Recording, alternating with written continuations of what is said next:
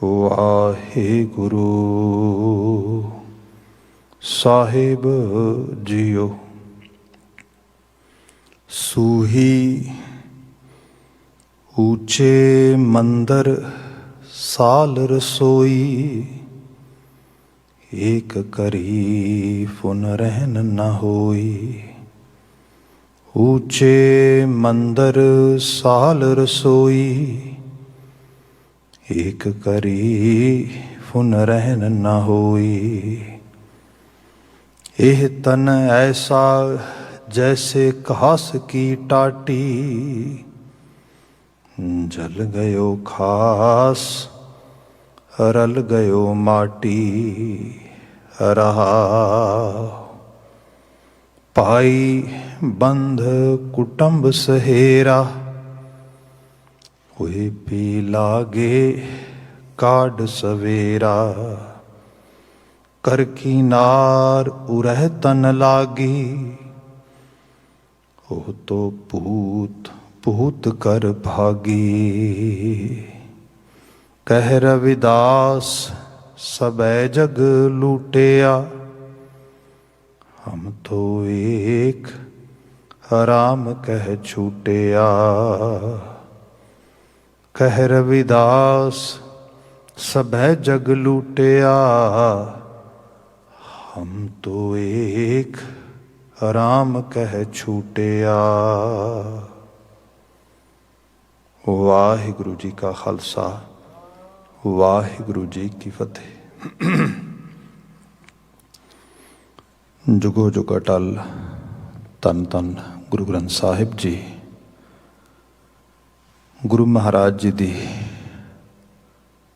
ਅਪਰ ਅਪਾਰ ਨਵਾਜ਼ਿਸ਼ ਸਦਕਾ ਸਾਨੂੰ ਗੁਰਬਾਣੀ ਦੀ ਸਰੋਤ ਕਰਨ ਦਾ ਇਹ ਸਮਾਂ ਪ੍ਰਾਪਤ ਹੁੰਦਾ ਆ।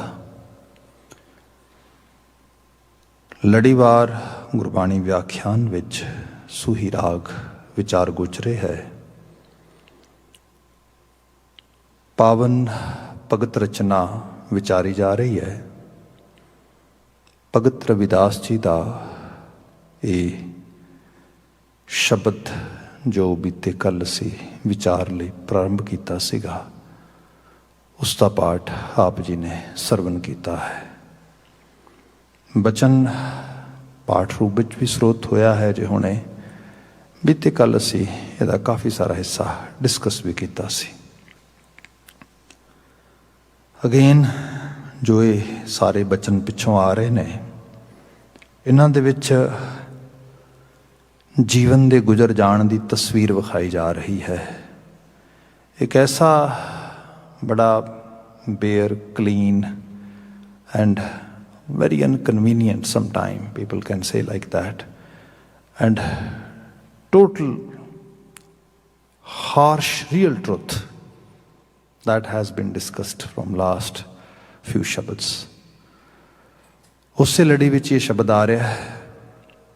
ਜੀਵਨ ਦੇ ਗੁਜ਼ਰ ਜਾਣ ਦੀ ਤਸਵੀਰ ਹੈ, ਤੇ ਫਿਰ ਇਹਦੇ ਸਦਕਾ ਮਤਲਬ ਬਾਈ showing this picture, Bhagat ji and ਬਾਣੀਕਾਰ ਸਾਨੂੰ ਇਹ ਸਿਖਾਉਂਦੇ ਨੇ, ਦਰਸਾਉਂਦੇ ਨੇ, ਜੀਵਨ ਨੂੰ ਸੰਭਾਲੋ, ਉਚੇਰੇ ਆਦਰਸ਼ 'ਤੇ ਲਗਾਓ, ਜ਼ਿੰਦਗੀ ਦੀਆਂ ਚੰਗੇਰੀਆਂ ਕਦਰਾਂ ਕੀਮਤਾਂ ਉਹਨਾਂ ਨੂੰ ਸਥਾਪਿਤ ਕਰੋ, ਉਹਨਾਂ ਨੂੰ ਅਚੀਵ ਕਰੋ।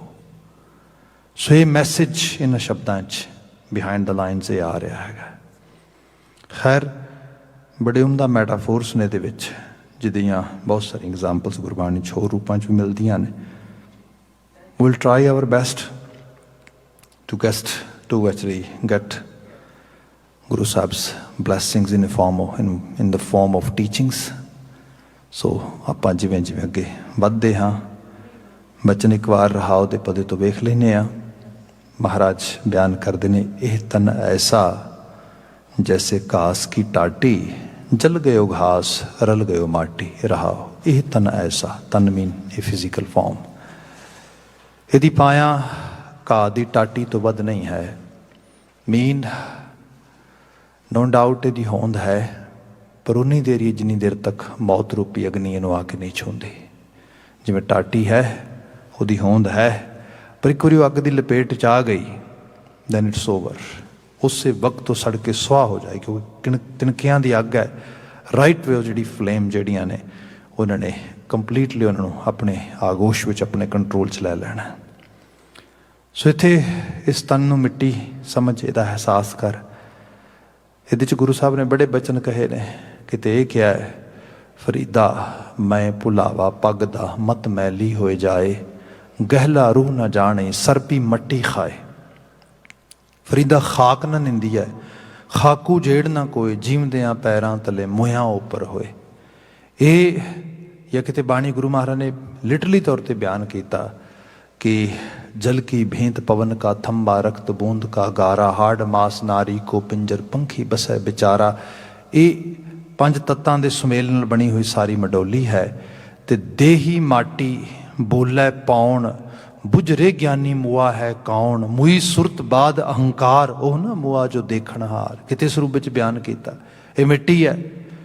ਇਸ ਨੂੰ ਕਿਤੇ ਬਾਬਾ ਕਬੀਰ ਜੀ ਕਹਿੰਦੇ, ਕਾਚੀ ਗਾਗਰ ਨੀਰ ਪਰਤ ਹੈ, ਯਤਨ ਕੀ ਹੈ ਵਡਾਈ। ਇਹਦੀ ਇੰਨੀ ਕੀ ਵਡਿਆਈ ਹੈ, ਕੱਚੀ ਗਗਰੀ ਹੈ, ਮਿੱਟੀ ਹੈ।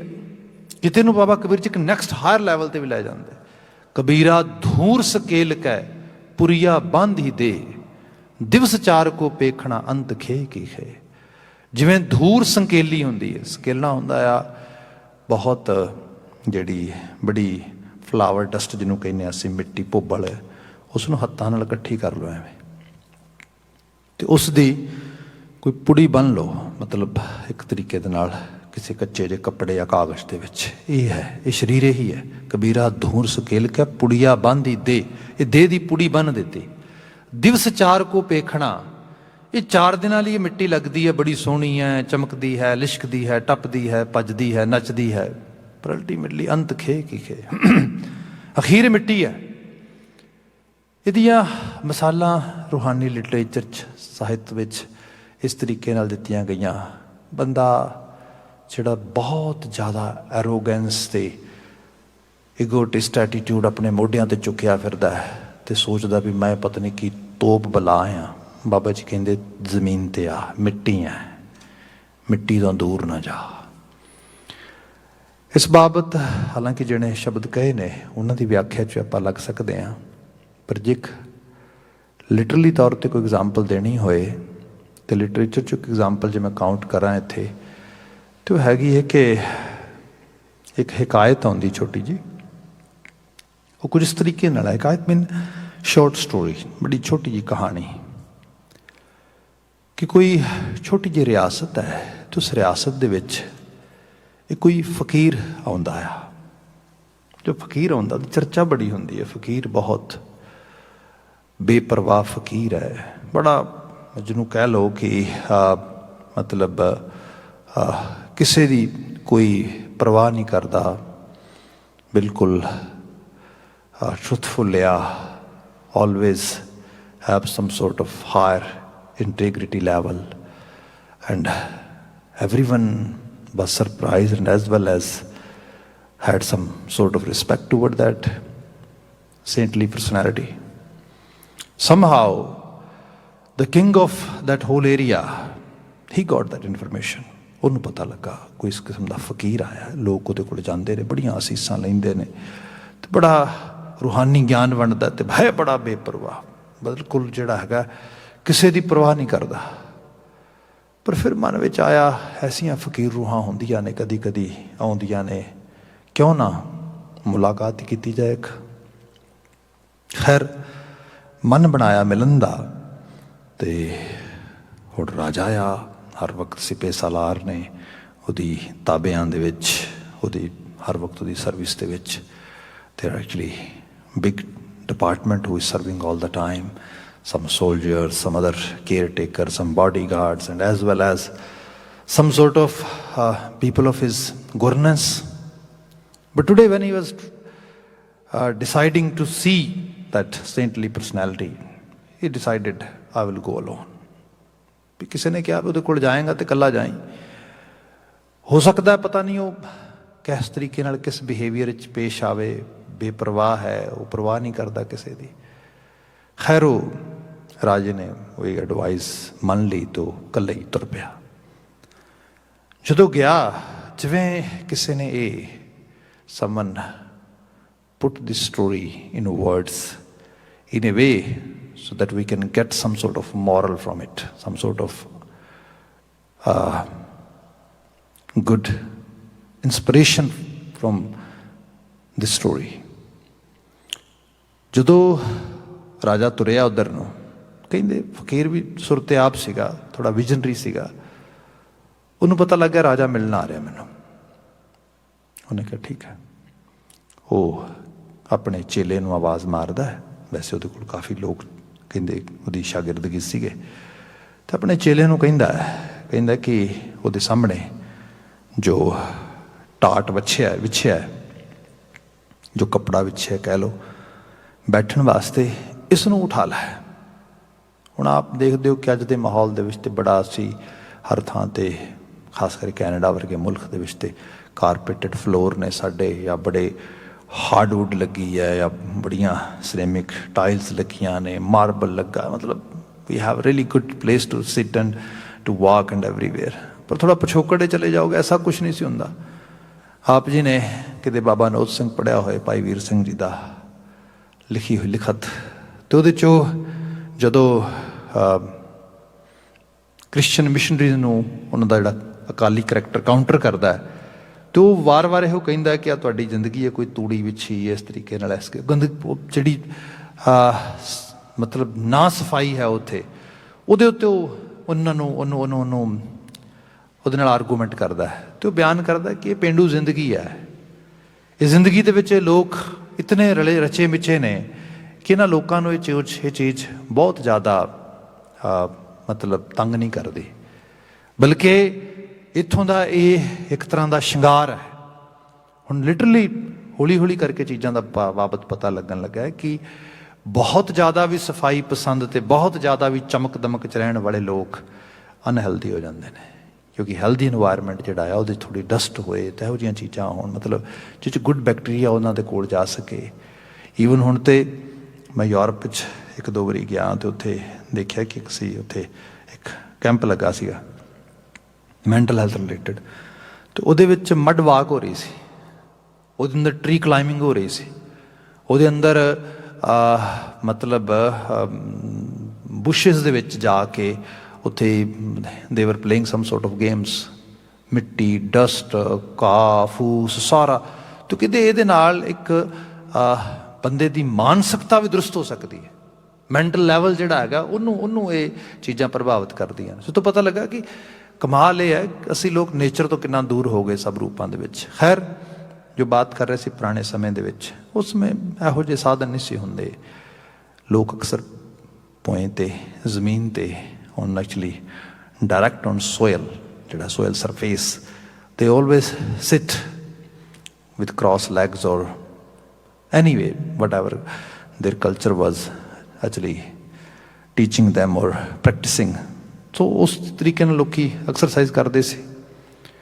ਹੁਣ ਹੋਇਆ ਕਿ ਉਹਦੇ ਸਾਹਮਣੇ ਇੱਕ ਛੋਟਾ ਜਿਹਾ ਟਾਟੀ ਵਿਛੀ ਸੀਗੇ, ਛੋਟਾ ਜਿਹਾ ਤੱਪੜ ਵਿਛਿਆ ਸੀ, ਉਹਨੇ ਆਪਣੇ ਸ਼ਾਗਿਰਦ ਨੂੰ ਕਿਹਾ, ਆਪਣੇ ਡਿਸਾਈਪਲ, ਉਹ ਚੱਕ ਕੇ ਲੈ ਗਿਆ ਉੱਥੋਂ। ਰਾਜਾ ਆਇਆ, ਉਹਨੇ ਦੇਖਿਆ ਫਕੀਰ ਆਪਣੀ ਕੁਟੀ ਦੇ ਵਿੱਚ, ਆਪਣੀ ਹੱਟ ਕਹਿ ਲਓ ਉਹਦੇ ਵਿੱਚ ਬਿਲਕੁਲ ਬੇਪਰਵਾਹ ਬੈਠਾ, ਅੱਖਾਂ ਬੰਦ ਨੇ। ਰਾਜੇ ਨੇ ਸੋਚਿਆ ਹੁਣ ਇਹਦੀ ਅਟੈਂਸ਼ਨ ਬਾਏ ਕਰਾਂ, ਮੈਂ ਆਇਆ ਇੱਥੇ। ਉਹ ਫਿਰ ਉਸਨੂੰ ਆਪਣੇ ਗ੍ਰੀਟਿੰਗਸ ਸ਼ੇਅਰ ਕਰਦਾ ਉਹਦੇ ਨਾਲ, ਉਹਨੂੰ ਕਹਿੰਦਾ ਵੀ ਕਹਿ ਲਓ ਨਮਸਤੇ, ਨਮਸਕਾਰ, ਸਤਿ ਸ਼੍ਰੀ ਅਕਾਲ, ਆਦਾਬ, ਜੋ ਕੁਛ ਵੀ ਕਹਿਣਾ ਹੋਏ, ਹੈਲੋ, ਉਹਦੇ ਅਕੋਰਡਿੰਗਲੀ ਉਹਨੂੰ ਕਹਿੰਦਾ ਕਿ ਫਕੀਰ ਸਾਹਿਬ ਸਲਾਮ ਅਰਜ਼ ਕਰਦਾ ਆ, ਫਕੀਰ ਸਾਹਿਬ ਸਤਿ ਸ਼੍ਰੀ ਅਕਾਲ ਬੁਲਾਉਣਾ ਆ, ਫਕੀਰ ਸਾਹਿਬ ਆਪ ਜੀ ਨੂੰ ਨਮਨ ਹੋਏ, ਨਮਸਕਾਰ ਹੋਏ।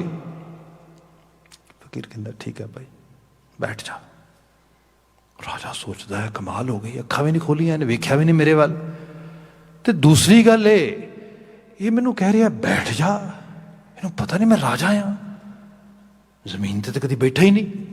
ਵੱਡੀ ਗੱਲ ਮੇਰੇ ਬੈਠਣ ਵਾਸਤੇ ਹੈ ਹੀ ਕੁਛ ਨਹੀਂ, ਚਲੋ ਕੋਈ ਬਹੁਤ ਵੱਡਾ ਆਸਣ ਨਾ ਹੋਏ, ਐਟਲੀਸਟ ਜਿਵੇਂ ਕੋਈ ਸਟੂਲ ਆ, ਮੂੜਾ ਆ, ਛੋਟੀ ਮੋਟੀ ਕੋਈ ਚੌਂਕੀ ਹੈ, ਪੀੜੀ ਹੈ, ਕੁਝ ਤੇ ਹੋਏ।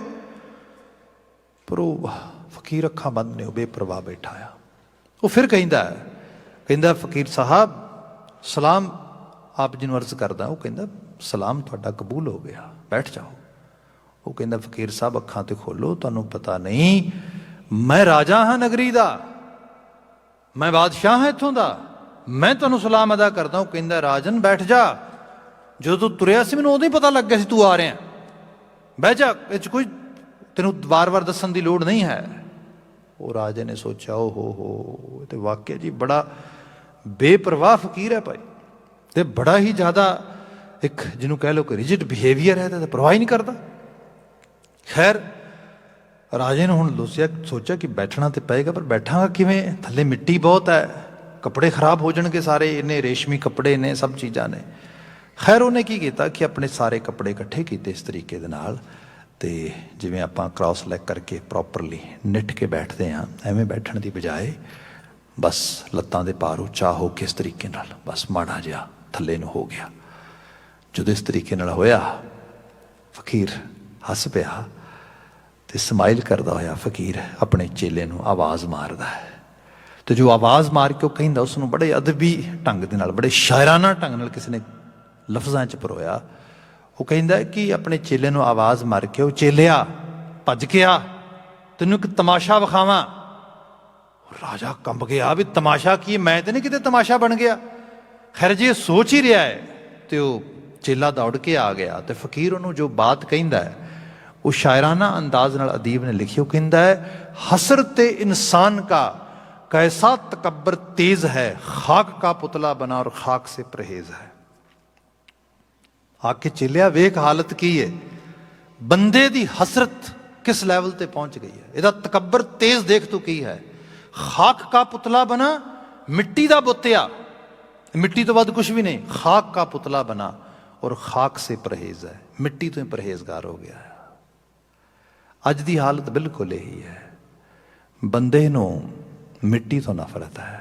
बंदा कहिंदा ना, तो मिट्टी मीन जे आम हालतां विच देखी जाए, वो लोग जिहड़े साडे तो अदने ने, नीवे ने, फाइनैंशली सोशली किसी तरीके दे नाल, मतलब बाणी जरूर पढ़ांगे कि नीचा अंदर नीच जात, नीची हूँ अथ नीच नानक तिन कै संग साथ, वड्डियां स्यों क्या रीस।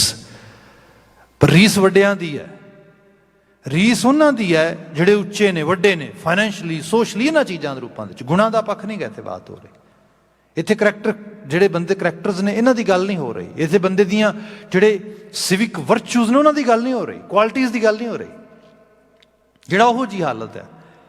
सो बंदा अपने आप नूं बड़ी तोप ते बला समझ के बैठा आ। बाबा जी कहिंदे मिट्टी है, होर ते कुछ भी नहीं, ते मिट्टी मिट्टी च मिल जानी है। किस गल दा माण करदा आ, अज नहीं ते कल तेरे वर्गे मिट्टी चो आए हुए मिट्टी च आ जांदे ने, पता भी नहीं, कोई नाम ही नहीं पुछदा। महाराज बयान करदे, आया गया मुया नाओ, लोकी बड़ा नाम लभदे, मेरी औलाद होएगी, बच्चे होणगे, मेरा नां वड्डा होएगा, मेरा नां लैणगे लोक, मेरे नां दी गल होएगी। सच्चाई ये है 2 4 10 पीढ़ियां पिछे अपने ही घरां परिवारां च चले जाइए, किसी नूं अपने लक्कड़ दादे दा या दादे दे दादे दा या ओहदे दादे दा नां तक पता नहीं होना, दादी दा, नानी दा कुछ भी नहीं याद होना, नथिंग। आया गया मुया नाओ, बंदे दा नां भी मर गया, होंद ही खत्म हो गई, आया कि नहीं आया भी नहीं पता। इस करके काहदा मान भाई, धरती ते 4 दिनां दा मेहमान है, इस करके इस जीवन नूं इसे ढंग नाल जी, एक मेहमान की तरह। तो मेहमान का काम जिहड़े घर आए उत्थे खुराफात पैदा करना नहीं हुंदा, उत्थे बरखलाफत पैदा करनी नहीं हुंदी, उत्थे किसी किस्म दे नाल कोई डिस्ट्रैक्शन क्रिएट करनी नहीं हुंदी। उत्थे तो यह है स्नेह नाल, खलूस नाल, मुहब्बत नाल ते कुछ योगदान पाउंदे हुए रहना चाहिए। इत्थे बाबा रविदास जी बयान करदे, कहने लगे सच्चाई ये है, एह तन ऐसा जैसे घास की टाटी, तेरी पाया कुछ नहीं की। तो सोचें कि बहुत लम्मा चौड़ा तेरे को लाइफ स्पैन हैगा, ऐसा नहीं हैगा। तू तो बस एक छिन भंगूर आ, अज है कल नहीं होएगा। घास की टाटी, जल गयो घास रल गयो माटी, जिहड़ी तेरी एंड गोल आ इस फिजिकल स्ट्रक्चर का, रल गयो माटी, मिट्टी मिट्टी चो एक हो जाएगी। जिन्होंने गुरु अर्जन साहब शब्दां पढ़ते हैं, पवन है मैं पवन समाया, ज्योति मैं ज्योत रल जाया, माटी माटी हुई एक। शुरुआती पद है दा महाराज की बाणी च भगत जी कहते, उच्चे मंदिर साध रसोई, एक करी फुन रहन ना होई। ਬਹੁਤ ਜ਼ਿਆਦਾ ਬੰਦਾ ਆਪਣੇ ਰਹਿਣ ਸਹਿਣ ਤੇ ਜ਼ੋਰ ਲਾਵੇ, ਰਹਿਣਾ ਸਹਿਣਾ ਚੰਗਾ ਹੋਣਾ, ਚੰਗੇਰਾ ਹੋਏ, ਵਧੀਆ। ਗੁਰੂ ਸਾਹਿਬ ਆਪਣੇ ਲਈ ਚੰਗੇ ਮਕਾਨ ਬਣਾਉਂਦੇ, ਸਿੱਖਾਂ ਨੂੰ ਪ੍ਰੇਰਦੇ। ਗੁਰੂ ਸਾਹਿਬ ਦੇ ਸਿੱਖਾਂ ਦੇ 'ਚ ਅਸੀਂ ਭਾਈ ਮਨਸੁਖ ਦਾ ਨਾਮ ਪੜ੍ਹਦੇ ਹਾਂ। ਰਾਜਾ ਸ਼ਿਵਨਾਭ, ਲੰਕਾ ਦਾ ਰਾਜਾ, ਉਹਦੇ ਨਾਲ ਸਾਂਝ ਹੈ, ਉਹਦੇ ਨਾਲ ਦੋਸਤੀ ਹੈ ਭਾਈ ਮਨਸੁਖ ਦੀ। ਬੇੜੇ ਲੈ ਕੇ ਜਾਂਦਾ ਉਹ ਗੁਰੂ ਨਾਨਕ ਸਾਹਿਬ ਵਾਸਤੇ ਸੁਨੇਹਾ ਉੱਥੋਂ ਭਿਜਵਾਉਂਦਾ, ਮੈਂ ਤੁਹਾਨੂੰ ਮਿਲਣਾ ਚਾਹੁੰਦਾ ਹਾਂ। ਜਾਂ ਦੁਨੀ ਚੰਦ ਵਰਗਾ ਸ਼ਖਸ ਜਿਹਦੇ ਤੋਂ ਵੱਡਾ ਹੱਟ ਕੋਈ ਨਹੀਂ, ਸਭ ਤੋਂ ਵੱਡਾ ਬੈਂਕਰ ਹੈ ਉਸ ਵਕਤ ਦਾ ਸਾਊਥ ਏਸ਼ੀਅਨ ਖਿੱਤੇ ਦੇ, ਗੁਰੂ ਨਾਨਕ ਸਾਹਿਬ ਦਾ ਸਿੱਖ ਹੈ। ਸੋ ਇਹ ਲੱਖੀ ਸ਼ਾਹ ਵਣਜਾਰੇ ਦੀ ਬਾਤ ਕਰ ਲਓ ਤੁਸੀਂ ਮਤਲਬ ਕਿਸੇ ਲੈਵਲ ਤੇ ਵੀ ਮੱਖਣ ਸ਼ਾਹ ਦੀ ਬਾਤ ਕਰ ਲਓ ਤੁਸੀਂ, ਇੱਕ ਤੋਂ ਇੱਕ ਅਮੀਰੀਅਤ ਮਾਨਣ ਵਾਲੇ ਲੋਕ ਜਿਹੜੇ ਨੇ ਉਸ ਵਕਤ ਗੁਰੂ ਮਹਾਰਾਜ ਦੀ ਸ਼ਾਗਿਰਦਗੀ ਦੇ ਵਿੱਚ ਨੇ। ਗੁਰੂ ਸਾਹਿਬ ਆਪ ਜਿਨ੍ਹਾਂ ਦੇ ਤੀਰ ਦੀ ਨੋਕ ਨੂੰ ਵੀ ਸੋਨਾ ਲੱਗਾ ਹੁੰਦਾ, ਤੁਸੀਂ ਦੇਖੋ। ਮਤਲਬ ਇਹ ਹੈ ਕਿ ਪਦਾਰਥ ਵਸਤਾਂ ਰਸਤਾਂ ਤੋਂ ਗੁਰੂ ਸਾਹਿਬ ਨੇ ਪਰਹੇਜ਼ਗਾਰ ਨਾ ਬਣਾਇਆ, ਬਲਕਿ ਇਹ ਕਿਹਾ ਇਹਨਾਂ ਦੀ ਜਿਹੜੀ ਕਸ਼ਿਸ਼ ਹੈ, ਜਿਹੜੀ ਇਹਨਾਂ ਦੇ ਪ੍ਰਤੀ ਸਾਡੇ ਅੰਦਰ ਅਟਰੈਕਸ਼ਨ ਹੈ, ਸਾਡੇ ਅੰਦਰ ਜਿਹੜੀ ਇਹਨਾਂ ਦੇ ਪ੍ਰਤੀ ਲਗਨ ਆ, ਉਸ ਜਨੂਨ ਦੇ ਹੱਦ ਤੱਕ, ਪਾਗਲਪਨ ਦੇ ਹੱਦ ਤੱਕ ਨਾ ਹੋਏ ਕਿ ਸਭ ਕੁਝ ਹੀ ਭੁੱਲ ਜਾਈਏ ਨਾ। ਪਦਾਰਥ ਨੂੰ ਪਦਾਰਥ ਤੱਕ ਹੀ ਦੇਖੋ। ਪਦਾਰਥ ਦੀ ਰਿਪਲੇਸਮੈਂਟ ਕਿਸੇ ਤਰੀਕੇ ਦੇ ਨਾਲ ਵੀ ਇਹ ਪਰਮਾਰਥ ਨੂੰ ਨਹੀਂ ਕਰਾ ਸਕਦਾ। ਇਹ ਨਹੀਂ ਕਰ ਸਕਦਾ ਕਿ ਤੁਸੀਂ ਰੂਹਾਨੀ ਤੌਰ ਤੇ, ਅਧਿਆਤਮੀ ਤਲ ਤੇ, ਈਵਨ ਰਿਸ਼ਤਿਆਂ ਨਾਤਿਆਂ ਸੰਬੰਧਾਂ, ਇਹਨਾਂ ਸਭ ਦੇ ਵਿੱਚ ਵੀ ਪਦਾਰਥ ਬਹੁਤ ਛੋਟਾ ਹੈ। ਪਰ ਬੰਦਾ ਸਾਰਾ ਫੋਕਸ ਇਹਨਾਂ ਚੀਜ਼ਾਂ ਤੇ ਜ਼ੋਰ ਲਾਉਂਦਾ। ਭਗਤ ਜੀ ਬਿਆਨ ਕਰਦੇ ਵੀ ਇੱਕੋ ਚੀਜ਼ ਤੇ ਜ਼ੋਰ ਲਗਾ, ਉੱਚੇ ਮੰਦਰ, ਵੱਡੇ ਤੋਂ ਵੱਡਾ ਮਕਾਨ, ਉੱਚੇ ਤੋਂ ਉੱਚਾ ਸਾਲ ਰਸੋਈ, ਵਧੀਆ ਤੋਂ ਵਧੀਆ ਮੇਰੀਆਂ ਜਿਹੜੀਆਂ ਨੇ ਪਾਕਸ਼ਾਲਾਵਾਂ ਬਣ, ਜਿੱਥੇ ਮੈਂ ਇਸ ਕਿਸਮ ਦੇ ਨਾਲ ਵਧੀਆ ਤੋਂ ਵਧੀਆ ਪਕਵਾਨ ਤਿਆਰ ਹੋਣ, ਸਭ ਇਹਦੇ ਤੇ ਫੋਕਸ ਹੋ ਗਿਆ। ਇੱਕ ਘੜੀ ਹੁਣ ਰਹਿਣ ਨਾ ਹੋਈ ਤੇ ਫਿਰ ਇੱਕ ਦਿਨ ਐਸਾ ਵੀ ਆਉਣਾ ਹੈ, ਜਿੰਨਾ ਮਰਜ਼ੀ ਤੂੰ ਜ਼ੋਰ ਲਾ ਕੇ ਆਰ ਮਕਾਨ ਬਣਾਏ ਹੁਣ, ਰਸੋਈਆਂ ਬਣਾਈਆਂ ਹੁਣ, ਜਦੋਂ ਸਮਾਂ ਆ ਗਿਆ ਉਦੋਂ ਤੈਨੂੰ ਜਾਣਾ ਹੀ ਪੈਣਾ। ਉਹਦੇ ਆਰਡਰ ਹੋ ਜਾਏਗਾ ਕਿ ਭਾਈ ਇੱਕ ਕਰੀ ਬਸ, ਹੁਣ ਅੱਧੀ ਕਰੀ, ਕੁਝ ਪਲ ਵੀ ਤੈਨੂੰ ਇੱਥੇ ਠਹਿਰਾ ਨਹੀਂ ਹੋਏਗਾ, ਇੱਕ ਕਰੀ ਹੁਣ ਰਹਿਣ ਨਾ ਹੋਏ। ਅੱਗੇ ਜਿਹੜਾ ਬਚਨ ਲਿਖਿਆ ਹੈ, ਭਾਈ ਬੰਦ ਕੁਟੰਬ ਸਹੇਰਾ, ਭਾਈ ਡੈਫੀਨੇਟਲੀ ਸਿਬਲਿੰਗਸ ਦੀ ਗੱਲ ਹੋ ਰਹੀ ਹੈ, ਬੰਦ ਰਿਸ਼ਤੇਦਾਰਾਂ ਦੀ ਗੱਲ ਹੋ ਰਹੀ ਹੈ, ਕੁਟੰਬ ਕੋੜਵੇਂ ਦੀ ਬਰਾਦਰੀ ਦੀ, ਮਤਲਬ ਜਿਹੜਾ ਸਾਡਾ ਆਲਾ ਦੁਆਲਾ ਹੁੰਦਾ ਉਹਦੇ 'ਚ ਜਿਹੜੇ ਲੋਕ ਨੇ, ਸਹੇਰਾ ਸਾਡੇ ਫੈਮਿਲੀ ਫਰੈਂਡਸ, ਸਖੀ ਜਿਹੜੇ ਨੇ, ਉਹਨਾਂ ਦੀ ਬਾਤ ਹੋ ਰਹੀ ਹੈ। ਉਹ ਵੀ ਲਾਗੇ ਕਾਢ ਸਵੇਰਾ, ਇਹਦੇ 'ਚ ਇਹ ਵੀ ਚੀਜ਼ ਚੇਤੇ ਰੱਖੀਏ ਕਿ ਮੈਂ ਕੁਝ ਹੋਰ ਬਹੁਤ ਸਾਰਾ ਐਂਸ਼ੀਅੰਟ ਲਿਟਰੇਚਰ ਪੜ੍ਹ ਰਿਹਾ ਸੀ ਕਾਫੀ ਸਮੇਂ ਤੋਂ। ਗੁਰਮਤਿ ਆਸ਼ਰੇ ਦੇ ਵਿੱਚ ਸਾਨੂੰ ਕੋਈ ਵਹਿਮ ਭਰਮ ਕਿਸੇ ਕਿਸਮ ਦਾ ਪਾਇਆ ਨਹੀਂ ਗਿਆ। ਜਿਵੇਂ ਹੁਣ ਮੈਂ ਬੇਨਤੀ ਕਰ ਰਿਹਾ ਸੀਗਾ, ਆਇਆ ਗਿਆ ਮੋਇਆ ਨਾਉ, ਜਾਂ ਪਵਨ ਹੈ ਮੈਂ ਪਵਨ ਸਮਾਇਆ, ਜੋਤੀ ਮੈਂ ਜੋਤ ਰਲ ਜਾਇਆ, ਮਾਟੀ ਮਾਟੀ ਹੋਈ ਏਕ। ਬੰਦਾ ਡੈਥ ਐਕਚੁਅਲੀ ਇਹੀ ਹੁੰਦੀ ਹੈ। ਜਿਹਦੀ ਬਹੁਤ ਸਿੰਪਲ ਡਿਸਕ੍ਰਿਪਸ਼ਨ ਕਰਨੀ ਹੋਏ ਨਾ, ਤੁਸੀਂ ਮੈਡੀਕਲ ਸਾਇੰਸ 'ਚ ਆ ਜਾਓ, ਫਿਰ ਗੁਰਮਤਿ ਸਕੂਲ ਨੂੰ ਪੜ੍ਹੋ, ਦੋਨਾਂ ਨੂੰ ਤੁਸੀਂ ਕੰਪੈਰੀਜ਼ਨ ਲੈਵਲ 'ਤੇ ਪੜ੍ਹ ਕੇ ਦੇਖੋ। ਮੈਡੀਕਲ ਲੈਂਗੁਏਜ ਦੇ ਵਿੱਚ ਜਾਂ ਬਾਇਓਲੋਜੀਕਲ ਆਸਪੈਕਟ ਦੇ ਅੰਦਰ ਜਦੋਂ ਡੈਥ ਨੂੰ ਡਿਸਕ੍ਰਾਈਬ ਕੀਤਾ ਜਾਂਦਾ ਹੈ, van a professional can say this individual is no more, ਕਦੋਂ ਕਹੇਗਾ ਉਹ? ਇਹਦਾ ਸਭ ਤੋਂ ਪਹਿਲਾ ਕ੍ਰਾਈਟੀਰੀਆ ਉਹਨਾਂ ਦਾ ਇਹ ਹੈਗਾ, ਜਦੋਂ ਰੈਸਪੀਰੇਟਰੀ ਸਿਸਟਮ ਜਿਹੜਾ ਆ ਇਹ ਕੰਮ ਨਾ ਕਰੇ, ਸਾਹ ਬੰਦ ਹੋ ਜਾਏ। ਜੇ ਕਿਸੇ ਤਰੀਕੇ ਨਾਲ ਸਾਹ ਮੌਜੂਦ ਆ, ਜਿਹੜੀ ਏਅਰ ਆ, ਆਕਸੀਜਨ ਆ, ਉਹ ਇਨਹੇਲ ਹੋ ਰਹੀ ਹੈ, ਐਕਸਹੇਲ ਹੋ ਰਹੀ ਹੈ ਹਵਾ, then definitely possibility ਹੈ। ਜਦੋਂ ਇਹ ਹੋਏ ਨਾ, ਫਿਰ ਫੋਰਸਫੁਲੀ ਵੀ ਸਾਹ ਦੇਣ ਦੀ ਟਰਾਈ ਕੀਤੀ ਜਾਂਦੀ ਹੈ। ਜਦੋਂ ਇਹ ਚੀਜ਼ ਇਸ ਲੈਵਲ ਤੇ ਨਾ ਰਹੇ, ਫਿਰ ਕਹਿ ਦਿੱਤਾ ਜਾਂਦਾ ਕਿ you know this is just a body, this is not a human anymore. ਇਹ ਹੁਣ ਸਿਰਫ ਇੱਕ ਕਲਬੂਤ ਰਹਿ ਗਿਆ, ਇਹ ਮਨੁੱਖ ਨਹੀਂ ਰਹਿ ਗਿਆ।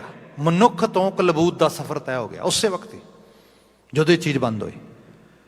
ਇਹਦੇ ਜੇ ਮੈਂ 5 ਐਲੀਮੈਂਟਸ ਦੀ ਗੱਲ ਕਰਕੇ ਬਿਆਨ ਕਰਾਂ ਤੇ this life is kind of evolution of this mother nature which we are witnessing in our surroundings, and this life itself has been evolved from these 5 elements.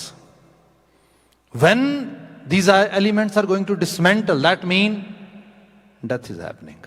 ਜਦੋਂ ਉਹ ਜੁਦਾ ਹੋਣ ਲੱਗਦੇ, ਵਿਜੋਗ ਹੁੰਦਾ ਤੱਤਾਂ ਦਾ। ਜਦੋਂ ਹੁਣ ਤੱਤਾਂ ਦੇ ਵਿਜੋਗ, ਜਿਹੜਾ ਸਭ ਤੋਂ ਪਹਿਲਾ ਤੱਤ ਵਿਜੋਗ ਵਿੱਚ ਆਉਂਦਾ ਹੈ, ਜਿਹੜਾ ਸਭ ਤੋਂ ਪਹਿਲਾ ਤੱਤ ਡਿਸਮੈਂਟਲ ਹੁੰਦਾ, ਉਹ ਹਵਾ ਹੈ।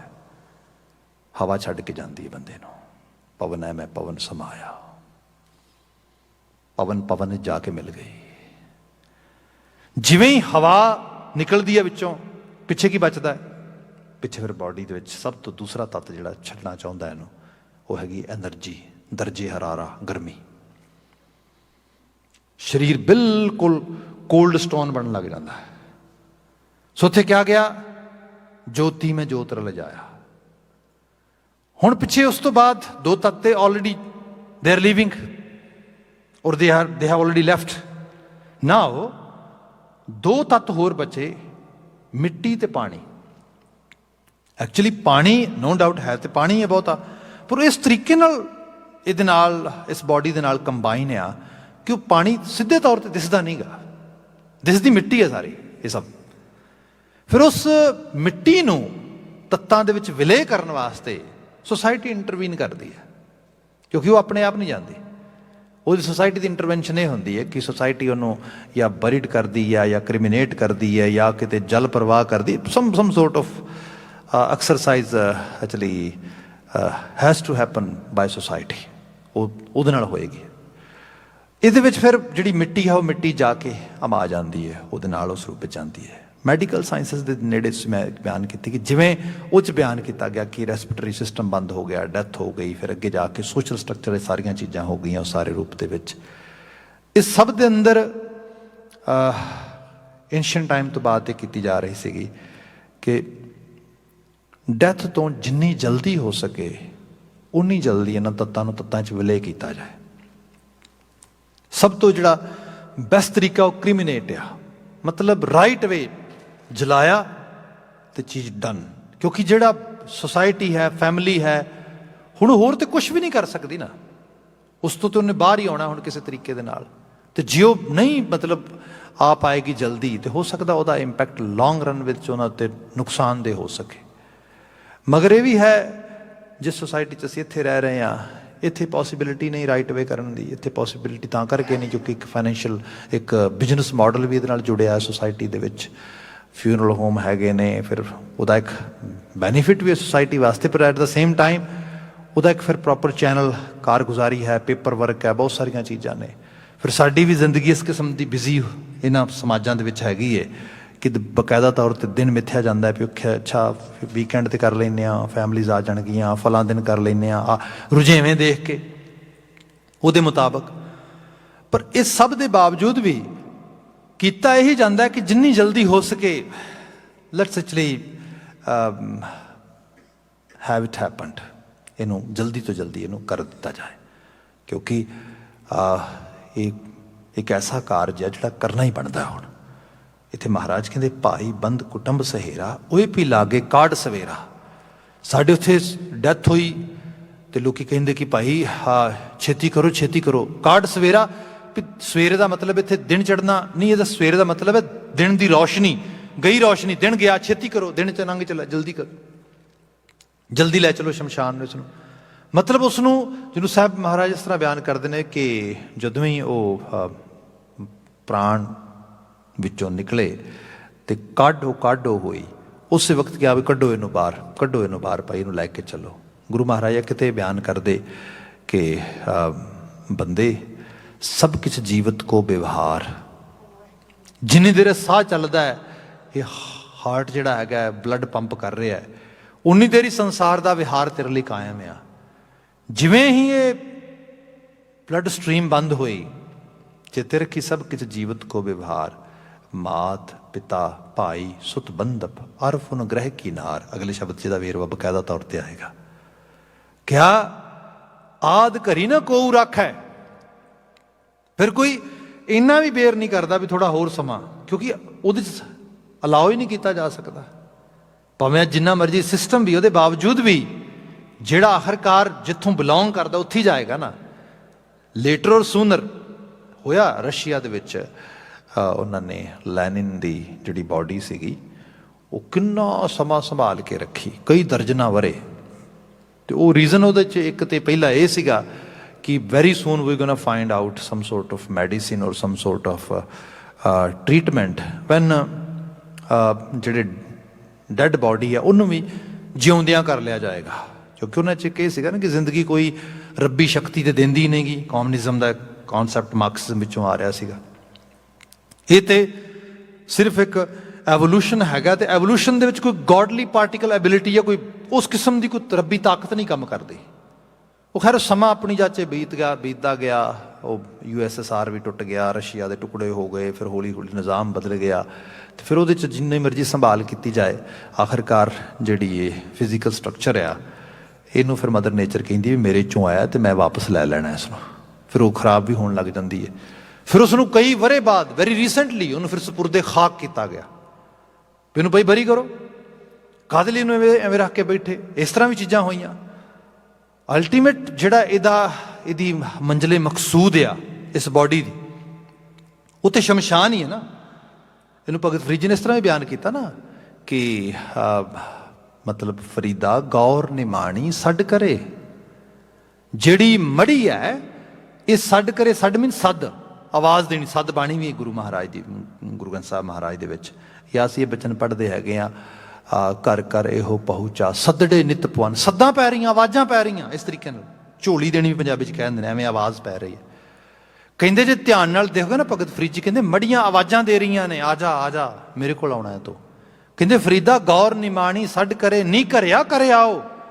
ਉਹ ਨੀ ਘਰੇ ਮਨੁੱਖ, ਆ ਘਰ ਹੈ ਤੇਰਾ। ਬੰਦਾ ਕਹੇਗਾ ਨਹੀਂ ਨਹੀਂ ਨਹੀਂ, ਮੇਰਾ ਘਰ ਤੇ ਉਹ ਹੈ ਜਿੱਥੇ ਮੇਰੀ ਨੇਮ ਪਲੇਟ ਲੱਗੀ ਹੈ, ਜਿਹਨੂੰ ਮੈਂ ਬਣਾਉਣਾ, ਸਵਾਰਨਾ, ਸਜਾਉਣਾ ਆ। ਅਸਲ 'ਚ ਉਹ ਤਾਂ ਸਿਰਫ ਇੱਕ ਮਹਿਮਾਨ ਖਾਨਾ ਆ। ਘਰ ਤੇ ਮੜੀ ਹੈ। ਅਲਟੀਮੇਟ ਟਿਕਾਣਾ ਇਸ ਬਾਡੀ ਦਾ ਉਹ ਹੈ ਜਿੱਥੇ ਪਰਮ ਜਾਣੇ ਪੱਕੇ ਉੱਥੇ ਜਾਣਾ ਇੱਕ ਦਿਨ। ਸਭ ਦੀ ਜਿਹੜੇ ਸਰੀਰ ਨੇ ਉਹ ਅਲਟੀਮੇਟਲੀ ਸ਼ਮਸ਼ਾਨ ਦਾ ਸਮਾਨ ਹੈ। ਸੋ ਤੁਸੀਂ ਜਿੰਨਾ ਮਰਜ਼ੀ ਚਾਹੋ, ਤੁਸੀਂ ਰੋਕ ਥੋੜ੍ਹਾ ਸਕਦੇ ਹੋ ਉਸ ਨੂੰ, ਆਖਿਰਕਾਰ ਤੇ ਭੇਜਣਾ ਹੀ ਹੈ। ਫਿਰ ਲੋਕ ਇਹ ਕਹਿੰਦੇ ਕਦ ਲਈ ਦੇਰ ਕਰਨੀ ਹੈ, ਜੇ ਜਾਣਾ ਹੀ ਉੱਥੇ ਤਾਂ ਹੁਣੇ ਲੈ ਕੇ ਚੱਲੋ, ਫਿਰ ਐਵੇਂ ਰੱਖ ਕੇ ਕੀ ਫਾਇਦਾ। ਹਨੇਰਾ ਹੋ ਚੱਲਿਆ, ਚਲੋ ਚਲੋ ਨਿਕਲੋ, ਛੇਤੀ ਕਰੋ, ਜਲਦੀ ਕਰੋ। ਸੋ ਸਾਹਿਬ ਦੀ ਬਾਣੀ 'ਚ ਭਗਤ ਜੀ ਬਿਆਨ ਕਰਦੇ, ਭਾਈ ਬੰਦ ਕੁਟੰਬ ਸਹੇਰਾ, ਓਏ ਪੀ ਲਾਗੇ ਕਾਢ ਸਵੇਰਾ, ਘਰ ਕੀ ਨਾਰ ਉਰਹਤਨ ਲਾਗੀ।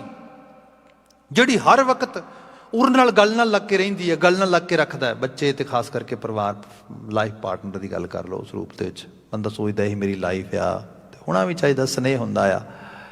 ਪਰ ਜਦੋਂ ਮੌਤ ਦਾ ਕੁਹਾੜਾ ਚੱਲਦਾ ਆ, ਉਹ ਫਿਰ ਬਿਲਕੁਲ ਇਸ ਚੀਜ਼ ਨੂੰ ਜੁਦਾ ਕਰ ਦਿੰਦਾ ਆ। ਜਿਹੜਾ ਮੈਂ ਸ਼ਬਦ ਕਹਿ ਰਿਹਾ, ਸਭ ਕੀ ਜੀਵਤ ਕੋ ਵਿਵਹਾਰ, ਮਾਤ ਪਿਤਾ ਭਾਈ ਸੁਤ ਬੰਧਪ, ਅਰਫ ਅਨੁਗ੍ਰਹ ਕੀ ਨਾਰ, ਤਨਤੇ ਹੋਤ ਪ੍ਰਾਣ ਜਬ ਨਿਆਰੇ, ਟੇਰਤ ਪ੍ਰੇਤ ਪੁਕਾਰ। ਟੇਰਤ ਬ੍ਰਿਜ ਦਾ ਲਫ਼ਜ਼ ਹੈ, ਅਸੀਂ ਪੰਜਾਬੀ 'ਚ ਵੀ ਕਈ ਵਾਰੀ ਯੂਜ਼ ਕਰਦੇ ਹਾਂ। ਵੇਖ ਅੱਖਾਂ ਕਿਵੇਂ ਟੇਰਦਾ। ਅੱਖਾਂ ਟੇਰਨ ਦਾ ਮਤਲਬ ਹੁੰਦਾ ਕਿਸੇ ਨੂੰ ਡਾਇਰੈਕਟਲੀ ਨਾ ਦੇਖ ਕੇ ਡਿੰਗੀਆਂ ਅੱਖਾਂ ਕਰਕੇ ਵੇਖਣਾ, ਟੇਰਨਾ। ਜਿਸ ਚੀਜ਼ ਤੋਂ ਜਾਂ ਤੇ ਬੰਦਾ ਜਿਹਨੂੰ ਇਗਨੋਰ ਕਰਨਾ ਚਾਹੁੰਦਾ ਹੈ, ਤੇ ਮਾੜੇ ਜਿਹੇ ਫਿਰ ਵੀ ਧਿਆਨ ਮਾਰਨਾ ਚਾਹੁੰਦਾ, ਫਿਰ ਡਿੰਗੀਆਂ ਜਿਹੀਆਂ ਅੱਖਾਂ ਕਰਕੇ ਵੇਖ ਲੈਂਦਾ, ਜਾਂ ਫਿਰ ਜਿਸ ਤੋਂ ਡਰ ਲੱਗਦਾ, ਉਹਨੂੰ ਸਿੱਧੇ ਤੌਰ 'ਤੇ ਵੇਖਿਆ ਨਹੀਂ ਜਾ ਸਕਦਾ, ਫਿਰ ਕਿਵੇਂ ਦੇਖਦਾ, ਲੁਕਵੀਆਂ ਜਿਹੀਆਂ ਅੱਖਾਂ ਨਾਲ, ਇਸ ਤਰੀਕੇ ਨਾਲ ਮਾੜੀਆਂ ਡਿੰਗੀਆਂ ਕਰਕੇ ਅੱਖਾਂ। ਲੋਕੀ ਖੈਰ ਇਹ ਵੀ ਇਹ ਵੈਸਟਰਨ ਕਲਚਰ 'ਚ ਹੈਗਾ ਕਿ ਚਲੋ ਬੰਦਾ ਜਾ ਰਿਹਾ, ਉਹਦੀ ਬੋਡੀ ਦੇ ਦਰਸ਼ਨ ਕਰ ਲਓ। ਠੀਕ ਆ, ਜਿਸ ਮਿੱਟੀ ਨੇ ਇੰਨਾ ਸਮਾਂ ਇੱਥੇ ਧਰਤੀ 'ਤੇ ਸਾਡੇ ਆਲੇ ਦੁਆਲੇ ਰਹਿਣਾ ਕੀਤਾ ਹੈ, ਜਿਹਦੇ ਨਾਲ ਸਾਡੀਆਂ ਜ਼ਿੰਦਗੀਆਂ ਜੁੜੀਆਂ ਸੀਗੀਆਂ, ਖੁਸ਼ੀਆਂ, ਗਮ, ਸੁਨੇਹ ਸਭ ਸੀਗਾ, ਅੱਜ ਉਹ ਮਿੱਟੀ 'ਚ ਵਿਲੈ ਹੋਣ ਲੱਗੀ ਹੈ। ਫਾਈਨਲ ਸੀ ਆਫ ਤੈਨੂੰ ਕਰਨਾ ਬਣਦਾ। ਇਸ ਕਰਕੇ ਲੋਕ ਉੱਥੇ ਜਾਂਦੇ ਨੇ, ਫੁੱਲ ਅਰਪਿਤ ਕਰਦੇ ਨੇ ਲਿਟਰਲੀ ਤੌਰ 'ਤੇ। ਸੋ ਇਹ ਚੀਜ਼ ਇਹ ਠੀਕ ਹੈ, ਮਗਰ ਇਹ ਵੀ ਹੈ ਕਿ ਜਦੋਂ ਐਜੂਕੇਸ਼ਨ ਆ ਗਈ, ਇਹ ਚੀਜ਼ਾਂ ਆ ਗਈਆਂ ਕੁਝ, ਤੇ ਫਿਰ ਉਦੋਂ ਇੱਥੇ ਰੱਖਿਆ ਵੀ ਐਨ ਸਜਾ ਕੇ ਜਾਂਦਾ ਸਭ ਚੀਜ਼ਾਂ 'ਤੇ। ਪਰ ਫਿਰ ਵੀ ਇਹਦੇ ਬਾਰੇ ਬਹੁਤ ਸਾਰੀਆਂ ਸਟੱਡੀਜ਼ ਵੀ ਹੈਗੀਆਂ ਨੇ। ਲੋਕਾਂ ਨੂੰ ਫਿਊਨਰਲ ਹੋਮ ਜਾ ਕੇ ਡਰ ਵੀ ਲੱਗਦਾ, ਬਹੁਤ ਡਰ ਲੱਗਦਾ। ਦੋ ਤਰ੍ਹਾਂ ਦੇ ਡਰ ਬੰਦੇ ਚਾਹੁੰਦੇ ਨੇ। ਇੱਕ ਤਾਂ ਡਰ ਇਹ ਆਉਂਦਾ ਹੈ ਕਿ ਉਹ ਹੋ ਆਹ ਕੀ ਬਣਿਆ, ਇਹ ਪਿਆਰਾ, ਇਹ ਸਨੇਹੀ, ਇਹ ਮੈਨੂੰ ਮਿਲੇਗਾ ਨਹੀਂ ਦੁਬਾਰਾ, ਇਸ ਕਿਸਮ ਦੇ ਨਾਲ ਬੰਦੇ ਨੂੰ ਰੁਦਨ ਆਉਂਦਾ ਹੈ। ਦੂਸਰਾ ਡਰ ਇਹ ਲੱਗਦਾ ਵੀ ਮਨਾ, ਜਿੱਥੇ ਆਹ ਬੋਡੀ ਪਈ ਇੱਥੇ ਕੱਲ੍ਹ ਨੂੰ ਤੂੰ ਵੀ ਪੈਣਾ ਹੈ। That's very traumatising feeling. ਓਹ ਮੇਰਾ ਵੀ ਇਹ ਹਾਲ ਹੋਏਗਾ, ਮੈਂ ਵੀ ਇੱਥੇ ਪਿਆ ਹੋਵਾਂਗਾ, ਮੇਰਾ ਵੀ ਟੱਬਰ ਰੋਏਗਾ ਐਵੇਂ। ਓਏ ਵਾਹਿਗੁਰੂ, ਇਹ ਕੀ ਇਹੋ ਜਿਹੀ ਗੱਲ ਆਉਂਦੀ ਬੰਦੇ ਮਨ 'ਚ। ਸੋ ਇਹ ਹੈ, ਉਸ ਚੀਜ਼ ਨੂੰ ਬੰਦਾ ਪ੍ਰੋਪਰਲੀ ਪ੍ਰੋਸੈਸ ਵੀ ਨਹੀਂ ਕਰ ਪਾਉਂਦਾ। ਉਹਨੂੰ ਕਹਿੰਦੇ ਜਿੰਨੀ ਜਲਦੀ ਹੋਏ ਬਸ ਇਹ ਟੇਰਤ ਪ੍ਰੇਤ ਪੁਕਾਰ, ਮੜ ਜੱਦੀ ਨਜ਼ਰ ਨਾਲ ਵੇਖ ਕੇ ਕਹਿੰਦਾ ਐਲੀਮੀਨੇਟ ਇਟ, ਲਾਮੇ ਕਰ, ਇਹਦੀ ਗੱਲ ਨਾ ਕਰੋ, ਇਹਦੇ ਬਾਰੇ ਨਹੀਂ ਮੈਂ ਜਾਣਨਾ ਚਾਹੁੰਦਾ, ਇਹਦੇ ਬਾਰੇ ਮੈਂ ਧਿਆਨ ਨਹੀਂ ਦੇਣਾ ਚਾਹੁੰਦਾ। महाराज बयान कर दे कि कर की नार बहुरत जांस्यों सदा रहत संग लागी, जब ही हंस तजी यह काया प्रेत प्रेत कर भागी। जदों जिस ਨਾਲ बड़ा स्नेह ਹੁੰਦਾ ਆ, खास करके when we talk about intimacy partners, we are very close to each other and we really actually have some sort of physical attachment too. But when the death is happening, then definitely ਉਸੇ physical structure ਤੋਂ ਉਹ ਤੋਂ ਫਿਰ ਡਰ ਲੱਗਦਾ, ਉਹ ਲੱਗਦਾ ਵੀ ਹੱਦ ਹੋ ਗਈ ਤੇ ਇਹਨੂੰ ਤੇ ਲੈ ਜਾਓ, I don't want to actually even see anymore. ਸੋ ਉਹਦੀ ਬਾਤ ਕੀਤੀ ਮਹਾਰਾਜ ਬਿਆਨ ਕਰਦੇ ਕਿ ਭਾਈ ਘਰ ਕੀ ਨਾਰ ਉਰਹ ਤਨ ਲਾਗੀ, ਉਹ ਤੋਂ ਭੂਤ ਭੂਤ ਕਰ ਭਾਗੀ। ਈਵਨ ਕੈਨੇਡੀਅਨ ਸੋਇਲ ਦੀ ਗੱਲ ਜੇ ਕਰਾਂ ਮੈਂ, ਮੇਰੇ ਖਿਆਲ ਦੇ ਚ ਹਜ਼ਾਰਾਂ ਇਹੋ ਜਿਹੇ ਕੇਸਿਸ ਮੇਰੇ ਕੋਲ ਹੀ ਇੰਨੇ ਸਮੇਂ 'ਚ ਆਏ ਹੋਣਗੇ ਜਿਹਦੇ 'ਚ ਲੋਕੀ ਸਾਈਕੀ ਰੀਡਰਸ ਕੋਲ ਜਾਣ ਲੱਗ ਜਾਂਦੇ ਨੇ ਬਾਅਦ ਦੇ ਵਿੱਚ, ਟੂਣੇ ਟਪਾਰ ਬਾਬੇ, ਕੋਈ ਫੈਮਿਲੀ ਤੇ ਡੈਥ ਹੋ ਗਈ, ਮੁੜ ਕੇ ਕੀ ਹੋਇਆ, ਕੋਈ ਉਹਦਾ ਸੁਪਨਾ ਆ ਗਿਆ, ਖਿਆਲ ਆ ਗਿਆ, ਘਰ ਦੇ 'ਚ ਬੱਚਾ ਕਿਤੇ ਸੁਪਨੇ 'ਚ ਡਰ ਕੇ ਉੱਠ ਪਿਆ, ਬਸ ਇੱਕੋ ਹੀ ਰਾਈਟ ਵੇ ਵੀ ਉਹ ਹੋ ਜਿਹੜਾ ਮਰਿਆ ਸੀਗਾ ਉਹਦਾ ਭੂਤ ਆ ਗਿਆ। ਇਸ ਕਿਸਮ ਦੀਆਂ ਗੱਲਾਂ ਅਕਸਰ ਪਰਿਵਾਰਾਂ 'ਚ ਹੁੰਦੀਆਂ। ਸੋ ਇਹਦੀ ਵੀ ਬਾਤ ਹੈ ਕਿ ਐਕਚੁਅਲ ਲੈਵਲ ਤੇ ਬੰਦੇ ਤੇਰੀ ਹੋਂਦ ਆ, ਤੂੰ ਫਿਜ਼ੀਕਲੀ ਇੱਥੇ ਜਦੋਂ ਪ੍ਰੈਜ਼ੈਂਟ ਆ ਤੈਨੂੰ ਲੱਗਦਾ ਕਿ ਮੈਂ ਸਾਰਾ ਸੰਸਾਰ ਚਲਾ ਰਿਹਾ ਤੇ ਮੈਂ ਸਾਰੇ ਨਾਲ ਸਨੇਹ ਕਰਦਾ, ਪਿਆਰ ਕਰਦਾ, ਖਲੂਸ ਕਰਦਾ, ਮੁਹੱਬਤ ਕਰਦਾ, ਦੁਨੀਆ ਮੇਰੀ ਹੈ, ਸਾਜੋ ਸਮਾਨ ਮੇਰਾ ਹੈ। ਬਾਬਾ ਜੀ ਕਹਿੰਦੇ ਚੇਤੇ ਰੱਖ, ਇੱਕ ਡਿਟੈਚਮੈਂਟ ਬਣਾ ਕੇ ਰੱਖ। ਅਲਟੀਮੇਟਲੀ ਤੇਰੀ ਵਿਦਾਇਗੀ ਹੋਣੀ ਇੱਥੋਂ, ਮੁੜ ਕੇ ਹੋ ਸਕਦਾ ਤੇਰਾ ਜ਼ਿਕਰ ਵੀ ਚੰਗੇਰੇ ਰੂਪ ਵਿੱਚ ਨਹੀਂ ਹੋਏ, ਭੂਤ ਭੂਤ ਕਰ ਭਾਗੀ ਇਸ ਰੂਪ ਵਿੱਚ ਹੋਏ। ਇਸ ਲਈ ਹੁਣੀ ਤੂੰ ਆਪਣੇ ਆਪ ਨੂੰ ਪ੍ਰਪੇਅਰ ਕਰ। ਇਸ ਸੰਸਾਰ ਦੇ ਮਗਰ ਲੱਗ ਕੇ ਗੁਨਾਹਾਂ ਦੀਆਂ ਪੰਡਾਂ ਆਪਣੇ ਸਿਰਾਂ ਤੇ ਨਾ ਰੱਖੀ। ਇਸ ਸੰਸਾਰ ਦੇ ਮਗਰ ਲੱਗ ਕੇ ਬਹੁ ਪਰਪੰਚ ਕਰ ਪਰਧਨ ਲਿਆਵੈ, ਪਰਾਏ ਘਰ ਲੁੱਟ ਲੁੱਟ ਕੇ ਨਾ ਲਿਆਈ, ਇਹੋ ਜਿਹਾ ਕੰਮ ਨਾ ਕਰੀ। ਉਹਦੀ ਬਾਤ ਕੀਤੀ ਜਾ ਰਹੀ ਹੈ। ਇਹ ਸੰਦੇਸ਼ ਇੰਡੀਡ ਬਾਬਾ ਜੀ ਇਸ ਰੂਪ ਵਿੱਚ ਦੇ ਰਹੇ ਨੇ। ਉਹ ਤੋਂ ਭੂਤ ਭੂਤ ਕਰ ਭਾਗੀ, ਕਹਿ ਰਵਿਦਾਸ ਸਭੈ ਜਗ ਲੂਟਿਆ। ਇਹ ਲੁੱਟ ਹੋ ਰਹੀ ਹੈ, ਮਤਲਬ ਬੰਦੇ ਦੀ ਜ਼ਿੰਦਗੀ ਸਾਰੀ ਐਨਰਜੀ ਜਿਸ ਪਾਸੇ ਬੰਦਾ ਲਗਾ ਰਿਹਾ ਹੈ। ਹੁਣ ਉਮਰਾਂ ਲਾਤੀਆਂ ਬੰਦਿਆਂ ਨੇ। ਮੇਰੇ ਇੱਕ ਬੜੇ ਪਿਆਰੇ ਸੱਜਣ, ਖੈਰ ਬਾਤ ਆਈ ਪਰਿਵਾਰਾਂ 'ਚ, ਅਸੀਂ ਰੋਜ਼ ਵਿਚਰਦੇ ਹਾਂ, ਰੋਜ਼ ਸਿੱਖਦੇ ਹਾਂ ਚੀਜ਼ਾਂ ਨੂੰ। ਮੈਨੂੰ ਯਾਦ ਆ ਕਿ ਕੁਝ ਵਰ੍ਹੇ ਪਹਿਲਾਂ ਮੈਂ ਕਾਫੀ ਸਮੇਂ ਬਾਅਦ ਉਹਨਾਂ ਨੂੰ ਮਿਲਿਆ। ਜਦੋਂ ਮਿਲੇ ਗੱਲਾਂ ਬਾਤਾਂ ਹੋਈਆਂ, ਏਜਡ ਹੋ ਰਹੇ ਸੀਗੇ, ਰਿਟਾਇਰਮੈਂਟ ਨੇੜੇ ਸੀਗੀ। ਰਿਟਾਇਰਮੈਂਟ ਦੇ ਨੇੜੇ ਹੋਣ ਕਰਕੇ ਵਾਈਫ ਨੂੰ ਕੁਝ ਇਸ਼ੂਜ਼ ਵੱਧ ਰਹੇ ਸੀਗੇ, ਕਿਡਨੀ ਦੇ ਇਸ਼ੂ ਸੀਗੇ, ਕੁਛ ਜਿਹੜਾ ਹੈਗਾ ਉਹ ਉਹਨਾਂ 'ਚ ਇਜ਼ਾਫਾ ਹੋ ਗਿਆ ਅਤੇ ਗੱਲਾਂ ਬਾਤਾਂ ਕਰ ਰਹੇ ਸੀ ਕਿ ਹੋ ਸਕਦਾ ਹੈ ਡਾਇਲਸਿਸ 'ਤੇ ਜਾਣਾ ਪਏ ਜਲਦੀ, ਵਾਈਫ ਦੀ ਕੰਡੀਸ਼ਨ ਇਸ ਕਿਸਮ ਦੀ ਹੈ। ਇਸ ਤਰੀਕੇ ਦੀਆਂ ਗੱਲਾਂ ਬਾਤਾਂ ਹੋਈਆਂ ਸਾਡੀਆਂ। ਅਜੇ ਚੀਜ਼ ਹੋ ਰਹੀ ਸੀਗੀ ਅਤੇ ਤਾਂ ਹੀ ਤਾਂ ਮੇਰੇ ਕੋਲ ਆਪਣੇ ਇੱਕ ਇੰਡੀਆ 'ਚ ਨਵੇਂ ਬਣਾਏ ਮਕਾਨ ਦੀਆਂ ਫੋਟੋਆਂ ਲੈ ਕੇ ਆਏ। 3-4 ਸਨੈਪ ਐਵੇਂ ਇਕੱਠੀਆਂ ਖਿੱਚੀਆਂ ਸੀਗੀਆਂ, ਉਹ ਖਿੱਚ ਕੇ ਇਕੱਠੀਆਂ ਕਰਕੇ ਮੈਨੂੰ ਵਿਖਾਈਆਂ। ਕਿੱਡਾ ਵੱਡਾ ਮਕਾਨ ਹੈ, ਡਾ ਆਲੀਸ਼ਾਨ ਆ ਹੈ, ਪਿੰਡ ਬਣਾਇਆ, ਸਭ ਕੁਛ ਠੀਕ ਹੈ। ਮੈਂ ਕਿਹਾ ਇੱਕ ਕਿਉਂ ਨਹੀਂ ਖਿੱਚੀ ਫੋਟੋ? 3-4 ਫੋਟੋਆਂ ਕਹਿੰਦੇ ਸਪੈਸ਼ਲ ਚੰਡੀਗੜ੍ਹ ਤੋਂ ਬੰਦਾ ਲਿਜਾ ਕੇ ਫੋਟੋਆਂ ਖਿਚਾਈਆਂ ਸੀਗੀਆਂ। ਮੈਂ ਕਿਹਾ ਉਹ ਕਿਉਂ? ਕਹਿੰਦੇ ਇਸ ਕਰਕੇ ਕਿਉਂਕਿ ਜਿਹੜਾ ਮੋਲਡਿੰਗ ਲੱਗੀ ਹੈ, ਜਿਹੜੇ ਡਿਜ਼ਾਈਨ ਲੱਗੇ ਨੇ, ਜਿਹੜੇ ਵਿੰਡੋਜ਼ ਲੱਗੀਆਂ ਨੇ, ਉਹ ਫਿਰ ਇੱਕ ਫੋਟੋ 'ਚ ਦਿਸਦੀਆਂ ਨੇ, ਦੇਖੋ ਵੱਖਰੀਆਂ। ਮੈਂ ਠੀਕ ਹੈ। ਰਿਟਾਇਰਮੈਂਟ ਤੋਂ ਬਾਅਦ ਗੋਲ ਇਹ ਆ ਵੀ ਹੁਣ ਉੱਥੇ ਰਵਾਂਗੇ ਜਾ ਕੇ। ਅੱਛਾ ਠੀਕ ਹੈ। 2-4 ਗੱਲਾਂ ਹੋਰ ਹੋਈਆਂ। ਮੈਂ ਕਿਹਾ ਰਹਿ ਤੇ ਸਕੋਗੇ, ਪਰ ਉੱਥੇ ਡਾਇਲਸਿਸ ਦੀ ਤਾਂ ਕੋਈ ਫੈਸਿਲਿਟੀ ਨਹੀਂ ਇਸ ਪਿੰਡ ਦੇ ਨੇੜੇ। ਸ਼ਹਿਰ ਵੀ ਘੱਟ ਤੋਂ ਘੱਟ 200 ਕਿਲੋਮੀਟਰ ਦੂਰ ਹੈ। 2-4 ਗੱਲਾਂ ਐਵੇਂ ਹੋਈਆਂ। ਮੈਨੂੰ ਚ ਲੱਗਾ ਜਿਵੇਂ ਉਹਨਾਂ ਦੇ ਸੁਪਨਿਆਂ ਦੀ ਬਣਾਈ ਹੋਈ ਸਾਰੇ ਦੀ ਸਾਰੀ ਉਹ ਦੁਨੀਆ ਤਾਸ਼ ਦੇ ਪੱਤਿਆਂ ਦੀ ਤਰ੍ਹਾਂ ਠਹਿਰ ਗਈ ਨਾਲ ਦੀ ਨਾਲ। And I can witness sum sort of deep worries on his face. ਮੈਨੂੰ ਅਹਿਸਾਸ ਹੋਇਆ ਐਕਚੁਅਲੀ ਆਹ ਹੈ ਬੰਦਾ ਚਲੇ ਜੁਆਰੀ 2 ਏਕੜ 4। ਇਹ ਹੈ। ਇੱਥੇ ਮਹਾਰਾਜ ਨੇ ਬਿਆਨ ਕੀਤਾ ਇਹ ਜੱਗ ਲੁੱਟਿਆ ਜਾ ਰਿਹਾ, ਲੁੱਟਿਆ ਗਿਆ, ਜੀਵਨ ਹਾਰ ਗਏ। ਸਾਰੀ ਉਮਰ ਕਮਾ ਕੇ ਸ਼ਿਫਟਾਂ ਲਾ ਕੇ ਜਿੱਥੇ ਲਗਾਇਆ ਉੱਥੇ ਹੁਣ ਰਹਿਣਾ ਨਸੀਬ ਨਹੀਂ ਹੋਣਾ। ਇਹਦੇ ਤੋਂ ਬਚੀ। ਭਗਤ ਜੀ ਕਹਿੰਦੇ ਕਹਿ ਰਵਿਦਾਸ ਸਭੈ ਜਗ ਲੂਟਿਆ, ਹਮ ਤੋਂ ਏਕ ਰਾਮ ਕਹਿ ਛੂਟਿਆ। ਇਹ ਤੇ ਹੋਇਆ ਇਹ ਕਿਤੇ ਮੈਨੂੰ ਕਰਤਾਰ ਨੇ ਐਸੀ ਸੋਝੀ ਦੇ ਦਿੱਤੀ, ਐਸੀ ਸਮਝ ਦੇ ਦਿੱਤੀ ਕਿ ਸਭ ਤੋਂ ਆਜ਼ਾਦ ਹੋ ਗਏ। ਇਹ ਨਹੀਂ ਕਿ ਸੰਸਾਰ ਕਮਾਉਣਾ ਬੰਦ ਕਰਤਾ, ਰਿਸ਼ਤੇ ਨਿਭਾਉਣੇ ਬੰਦ ਕਰਤੇ, ਪਰ ਇਹ ਹੋ ਗਿਆ ਕਿ ਅਲਟੀਮੇਟਲੀ ਸੱਚ ਨਹੀਂ ਹੈਗਾ, ਆਖਰਕਾਰ ਸੱਚ ਤੇ ਇਹੀ ਹੈ ਕਿ ਜੀਵਨ ਇੱਕ ਦਿਨ ਵਿਦਾਇਗੀ ਹੋਏਗੀ। ਸਭ ਰਹਿਮਤ ਕਰਨ ਇਹਨਾਂ ਆਲਮੀ ਵਾਕਿਆਂ ਚੋਂ ਚੰਗੇਰੀ ਪ੍ਰੇਰਣਾ ਮਿਲੇ, ਅਸੀਂ ਗੁਰਮਤੀਏ ਹੋ ਸਕੀਏ। ਢਾਡੀ ਵੀਰ ਅਗਲੀ ਹਾਜ਼ਰੀ ਭਰਨਗੇ। ਕਿਰਸਾਨੀ ਸੰਘਰਸ਼ ਨਾਲ ਜੂਝ ਰਹੇ ਮਾਈ ਭਾਈ ਦੀ ਸਫਲਤਾ ਦੀ ਅਰਦਾਸ ਦੇ ਨਾਲ ਸਮਾਪਨ ਹੈ। ਵਾਹਿਗੁਰੂ ਜੀ ਕਾ ਖਾਲਸਾ, ਵਾਹਿਗੁਰੂ ਜੀ ਕੀ ਫਤਿਹ।